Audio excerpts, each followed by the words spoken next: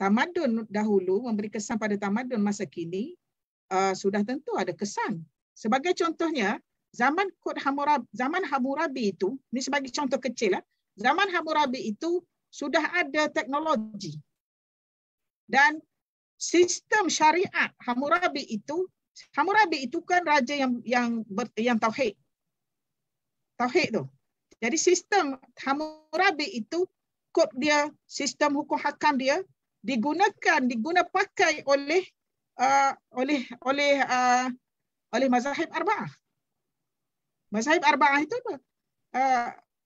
Hanafi, Hambali, Syafi'i dan Maliki. Bagaimanakah Imam Syafi'i dapat mengambil hukum hakam? Memanglah kita ada Quran dan hadis. Tetapi persoalannya, bagaimanakah Imam Syafi'i dapat mengambil hukum hakam dan dapat mencipta hukum hakam itu berkenaan dengan ijma' ulama' dan sebagainya tanpa ada reference? Sudah tentu ulama' terdahulu mesti merujuk kepada maklumat-maklumat silam. Sebab ilmu ini bersifat tatawurat. Dia bukan bersifat instan, tidak. Dia mesti ada perkembangan sebelum itu. Dia mesti ada perkembangan sebelum itu. Itu sifat ilmu. Dia tidak akan wujud jika orang itu alim ke apa. Dia tidak. Dia mesti ada development dulu. Barulah boleh bangun. Dia tidak bersifat instan. Itu sifat ilmu pengetahuan. Sebab tu kita nak menuntut ilmu ni mesti daripada kecil. Mesti peringkat awal. Supaya kita tidak tergesa-gesa. Bergantung pada kaitan dengan tamadun silam, memang ada antaranya tamadun zaman Hammurabi itu memberi kesan kepada perkembangan fiqh di Iraq pada ketika itu, di Iraq dan di kawasan Jazirah itu sendiri. Itu dari sudut perkembangan ilmu, dari sudut fiqh, dan banyak lagi sebenarnya maklumat-maklumat yang silam, maklumat sejarah.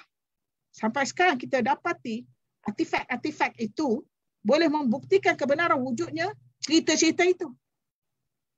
Sebab itu kenapa kita selalu berjumpa dengan data-data atau paper-paper yang selalu menyebut terdapat kecurian yang dilarikan kat Norway. 100 artifak terbaru ini, kerajaan Iraq minta.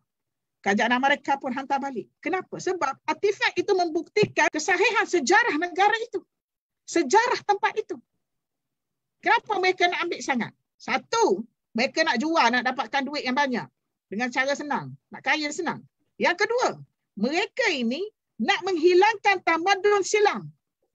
Penaklukan Amerika ke atas Iraq, ke atas Afghanistan, dan penjajahan ke atas Palestin adalah dan Syria itu sendiri pun adalah bertujuan untuk menghilangkan sejarah silam, untuk membina tamadun baru, ciptaan orang sekarang. Nak menghilangkan tu data-data tok nenek tu. Nak menetapkan bahawasanya, nak mengatakan bahawasanya kita akan menuju kepada zaman rabak 3.4.0 ke apakah semua. Artificial intelligence. Dan China pun berusaha sedaya upaya nak menghilangkan apa data-data semua. Menunjukkan kehebatan. Sebab itu mereka menghalang kitab suci ni, Quran dan hadis, Quran terutama ni daripada diteruskan, dibongkar, dikaji. Sebab kalau kaji dan bongkar Quran, jatuhlah, terhalanglah hasrat mereka. Itu je. Dan kan kerajaan China sendiri pun bertujuan nak melahirkan Quran baru. Sebab dia rasa Quran itu menghalang kerja yang hasrat mereka nak buat.